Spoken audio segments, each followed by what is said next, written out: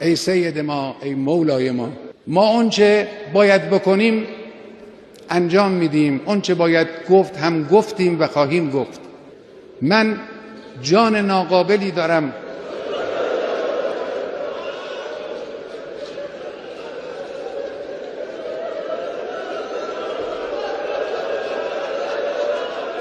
جسم ناقصی دارم،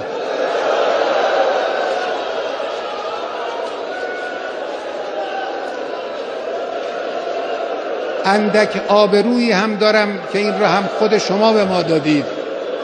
همه اینها رو من کف دست گرفتم، در راه این انقلاب و در راه اسلام فدا خواهم کرد. اینها هم نثار شما باشه.